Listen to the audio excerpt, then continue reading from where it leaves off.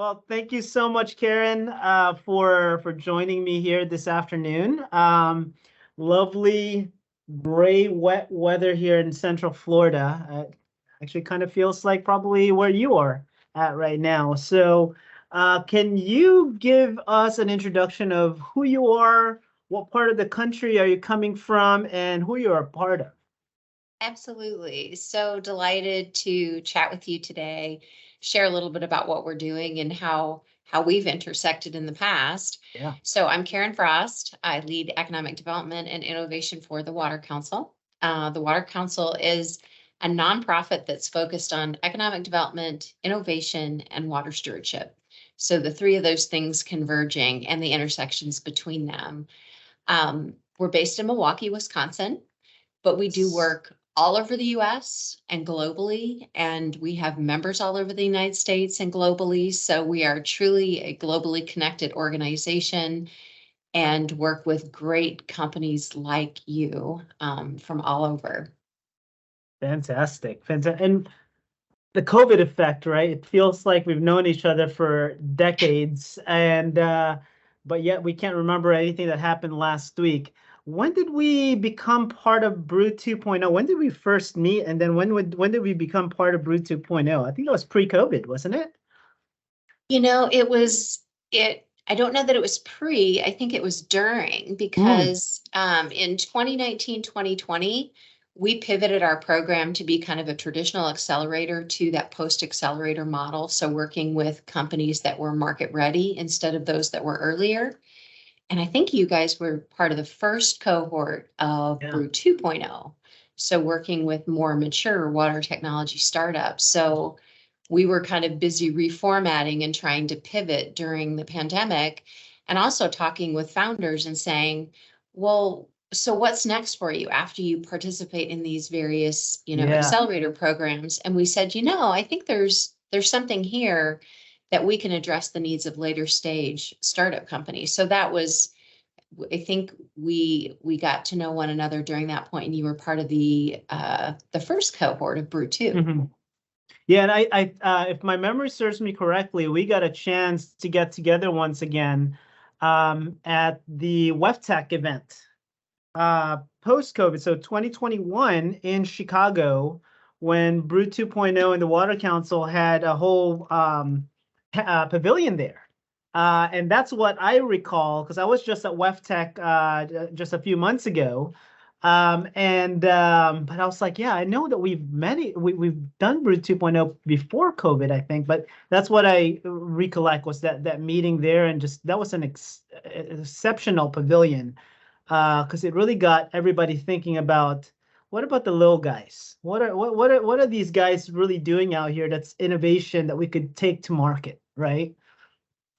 Yeah, and we haven't sponsored a pavilion in a while, but we always host sessions at various pavilions. And so I think that you may have joined me, like ecoSPEARS may have been part of one of the sessions that I either did at the Global Center or at the Innovation Pavilion.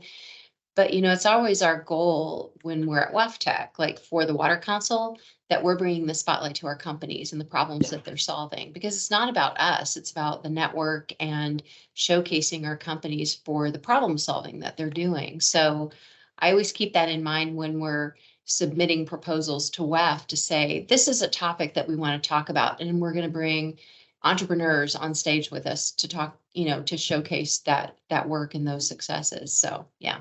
Yeah, I can tell you this, being a speaker at WEF, not this last one, but the one before that with Black and Veatch, and the three times that I've been back and forth there, I can tell you between us two here, the innovation is really where the pavilions are at in the back.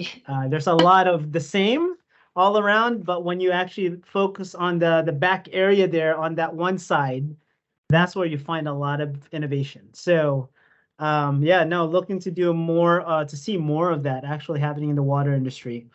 So I'm gonna kind of quote here from what you have in your LinkedIn. I link water technology companies and startups in the US and globally to resources, technical assistance, and industry connections to enhance their growth and market potential. Talk a little bit more about that. And and kind of give us some examples as to not only just what's happening there in the Milwaukee, Wisconsin area, but how have you guys pivoted this also to different parts of the world that water crisis is a big thing now? Yeah. Yeah. So, it's great that you point that out in my profile because, I know that this tagline is already taken, but I always say that we're kind of Match.com in water tech. Mhm. I mean, the matchmaking piece is kind of the superpower of the Water Council. And I'm always finding or looking for ways to link our members with problem solvers, link, our member companies with emerging innovation, because what we try to do to the best of our ability is to learn about what our members are facing, what their pain points are, what problems they're trying to solve, and then make strategic connections with the innovators that we work with and the companies from Europe that come to the Water Council that are looking for soft landing support and looking for connectivity to help them get started in the US. So an example of that is, when I hear one of our members is looking for an opportunity, I'll say, well, in fact, we just had a company this week say, who do you know who's working with various aspects of an industrial wastewater treatment process that they're trying to solve for? And I said, oh, well, I happen to have a list of companies that come to mind that you could take a look at. So I put together an email of about 6 or 8 different problem solvers that I'll send to them and say, you look at these and you tell me who's in the ballpark, of who would be able to solve that problem. And then I'll facilitate connections for them. So that's work that we do all day, every day, not only for companies here, but for companies in Europe. And we can help companies here, like ecoSPEARS or other companies that go through the Brew that are US based, crosswalk into Europe because we have a European representative and many partnerships throughout Europe. So we can help open doors there. Fantastic. This one question that we forwarded you and prepped over to you, I'm going to read it out, but I'm going to focus on one key word into this, okay? And I wanted to make that a good substance to our discussion today. Why is the work you're doing in driving innovation with freshwater technology and advancing water stewardship important, okay? But package that into the focus, the key word there's fresh water, because the world is covered in water, right? Why fresh water? What is the importance and what drove you guys and the water councils to select that key word, fresh water? Yeah. So the why fresh water is because we're on the shores of Lake Michigan, and, the Great Lakes, which is over 20% of the world's freshwater resources. Yes. So our companies, our member companies and the problem solvers that are legacy, corporates in the water technology space in Wisconsin are focused on freshwater resources. So they're focused in on water quality and quantity around fresh water. If we were ocean based, if we were on one of the coasts, then that focus area might be different. We might be looking at any kind of water resource, but because we are, on the fresh coast, we're looking at freshwater solutions. That doesn't exclude, groundwater, stormwater, the fact that there are a lot of companies that are focused on desalination, but it's not our focus. I mean, the groundwater and the stormwater to some degree, but freshwater, everybody needs the freshwater resources. So however you get to that, I mean, you can desalinate and generate fresh water, but we're really looking at freshwater and that input and the technologies that enable that. Yeah. And I won't even touch the desalination aspect of the industry because, man, that is a big challenge. That is a big challenge, and God bless my friends in the desalination world. And we are good friends with a lot of them, especially the ones that we were a part of with Catapult Ocean out in Oslo. But the challenges to desalination and the importance of it also into the world it's pivotal for our future. So Lake Michigan, in Michigan area, Great Lakes area, you highlighted a point there, 20% of the world's fresh water come from the Great Lakes. Yeah. But what we're seeing here, that what you're seeing in your backyard, you're also seeing in different parts of the world, especially Europe, right? Especially now, I'm hearing a lot more substance coming out now of the Middle East and the need for fresh water or clean water in the Middle East. So it seems like all of these are really popping about, and I want for you to talk a little bit about the importance, I guess, of fresh water, or how your area kind of mimics all the different parts of the industrialized world, and Mhm. why we need to really kind of focus on that, because I think it leads to the contamination that is the biggest driver for us to not to tap into a freshwater resource, right? Because fresh water doesn't really mean clean water.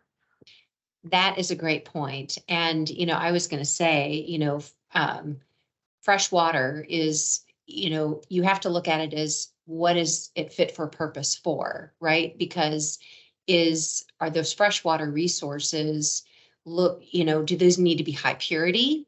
Does it need Hmm. to be suitable for drinking? Does it need to be suitable for, an input into a process? So it's really kind of looking at what are the requirements for that fresh water. And some of those requirements for the fresh water might even be reusing the fresh water. So using it twice, right? So how Yeah. can we then take that fresh water, and once it's been used a single time, then what kind of gray water technologies might be able to be applied to it, so that it can be reused? So it incorporates a lot of different factors, but I think all of those things go back to those freshwater fit for purpose treatments are enabled by technologies, right? Yeah. Um, and the types of technologies are then at the core of what we do, is working with companies like yours and others who have the solutions to be able to purify or treat or retreat or remove toxins or whatever from resources so that the water can be used or it can be extracted. So yes, emerging contaminants are a big, big factor that, Yeah. yeah, I'm sure we'll get to that topic too. Yeah, so let's stick with that topic first before I get into the industry obstacles perspective next. So let's talk about the monsters within our water area. And I'm not talking about Bessie. Bessie is my hard-hitting question. I'll leave that for the end, by the Okay. way, because I think the our audience here would want to know more about Bessie and Lake Erie here in a second. But you mentioned a monster there called emerging contaminants, and I cited this. I'm citing this excerpt from the Michigan in the World History that I found earlier today. Mm. And it states basically the greater area of Great Lake Basin was used as a waste disposal site and became heavily polluted throughout the late 1900s. Chemicals, toxic pollutants, pesticides, and heavy metals entered the Great Lakes. They flowed from thousands of factory discharge pipes and sewage plants, seeped from dumping and disposal sites, escaped from smokestack, and ran off millions of acres of cities and farmland from states surrounding the area. Not only did the chemicals gather and accumulate in the basin, but they also spread and leaked into areas surrounding the Great Lakes. Even in small concentration, the toxins that were distributed out via the Great Lakes are capable of causing cancer, birth defects, and damage to the nervous system and immune system. And that's essentially the monsters that ecoSPEARS typically deals with, the legacy contamination. And Mhm. we deal a lot with PCBs and dioxins and what else? Pesticides. Those are what we would package as the legacy or old contamination that still continues to persist today. And it's getting into our drinking water and also into our food web. But now we have emerging contamination. PFAS, as a whole, came from AFFF and nonstick pans and jackets like these, that were Yep. sprayed with water, hydrophobic chemicals. How how have you guys looked into this within the Milwaukee area? Let's think about it first in the Milwaukee area. What are you guys doing right now with the topic of AFFF and PFAS in the Great Lakes?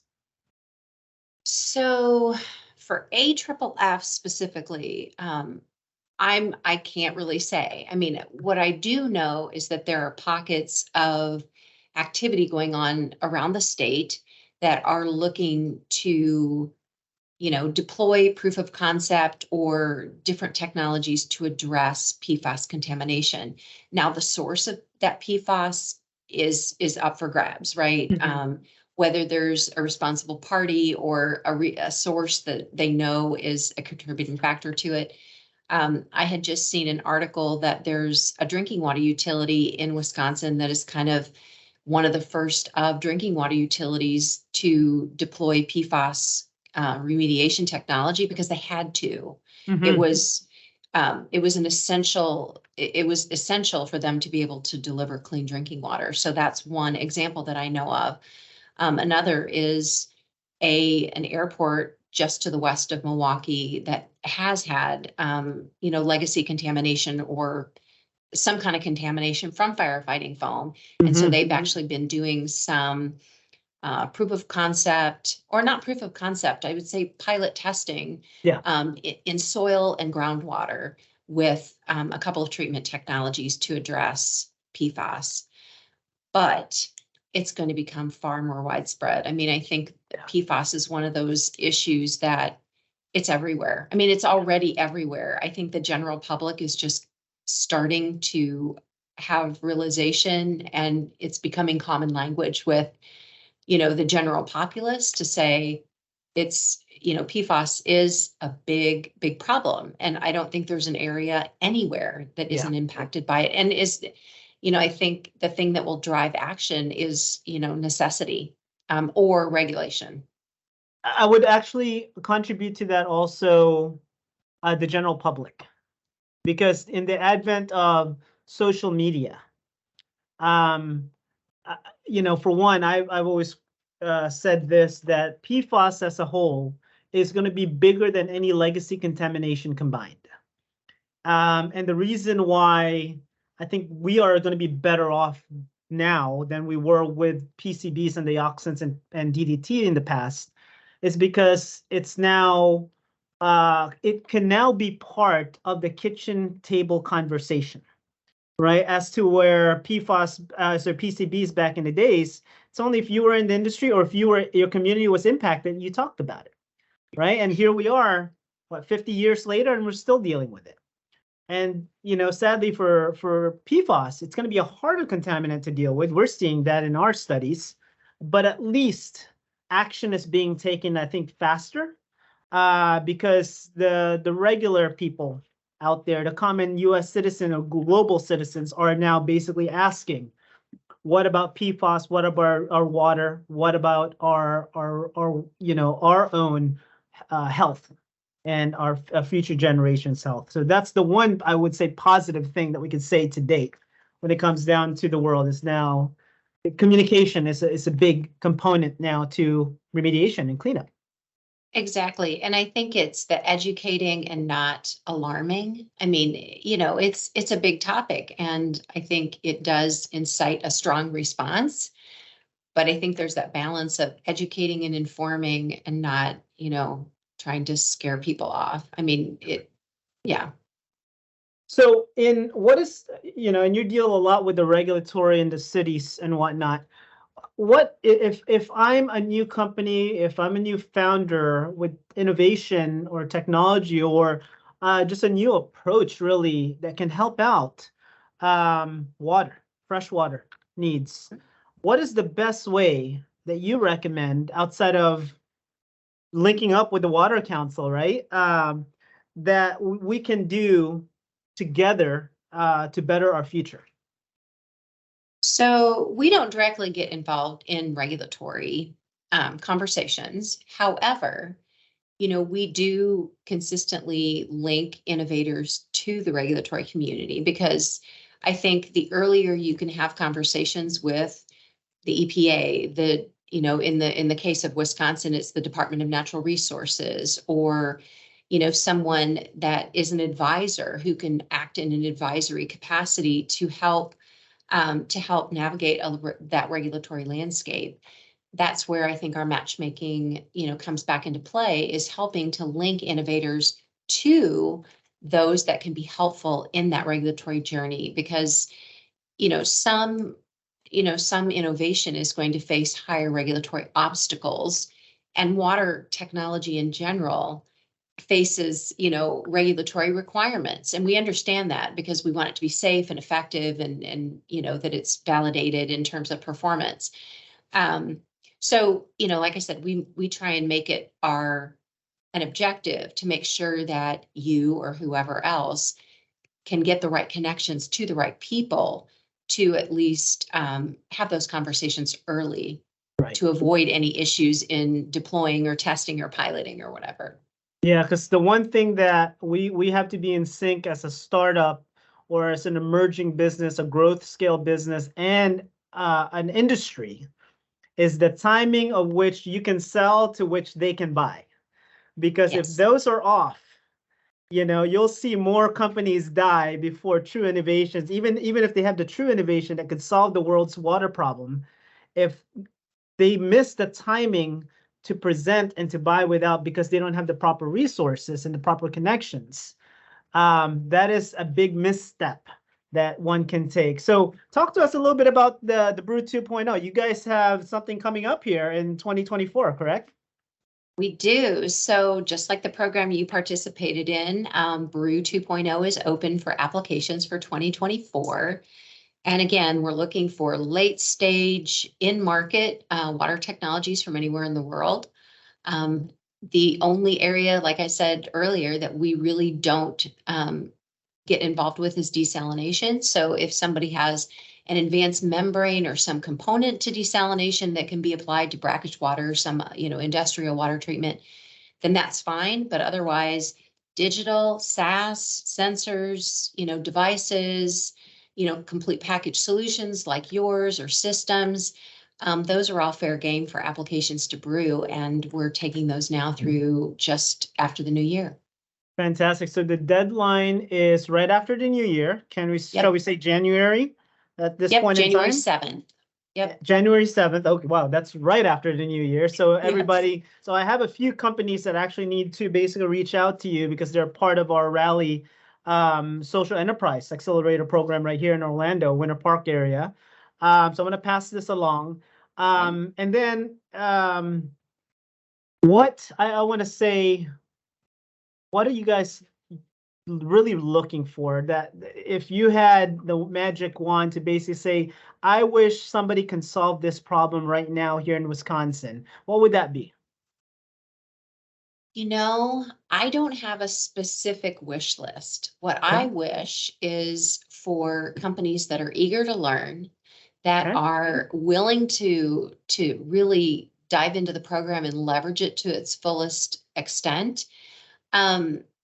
And in the process, be able to connect with, other problem solvers, with the Water Council's network, and be able to provide those touch points of value with our other member base. At the end of the day, I'm looking for really solid companies that are willing to learn and do and contribute to that cohort mentality. What problem they're solving is really irrelevant to me. I mean, obviously digital and SaaS solutions are really finding their moment. PFAS is exploding in terms of, solution providers in that space. But at the end of the day, I want great founders. Sounds good. And last but not least here, Bessie. Talk to us about Bessie, because I think that's I don't think it's a problem, but I do think we need to address this. Can you tell us about Bessie and Lake Erie? Well, I'm not Lake Erie's not out my back door. Lake Michigan is. And, I'm guessing you're talking about some mythical creature. Yeah, there's supposed to be like a sea monster that's a cousin of the Loch Ness, but that's in Lake Erie, correct? Hopefully that. I don't even know that. I haven't even heard that. I haven't even heard that one. So, I'm gonna have to send this over to you, because I think if we need to protect the populace of the Great Lakes area, I think Bessie needs to be one of the high priority list there, because we don't want this one to go away, especially if it's the last one out there. Well, urban myth and urban legend is a fun thing to play around with, but I haven't even heard of that one. So if that's news to me. Fantastic. Well, thank you so much, Karen. This has always been fun to chat and catch up. I have a few connections for you that we would like to go up there and connect with you with. And I also want to reach back out to you with Trevor on some of the things that we're dealing with PFAS. I think that could be a benefit to the Great Lakes area. So thank you so much, and have a great rest of your afternoon. All right. It's my pleasure. Take care. Fantastic.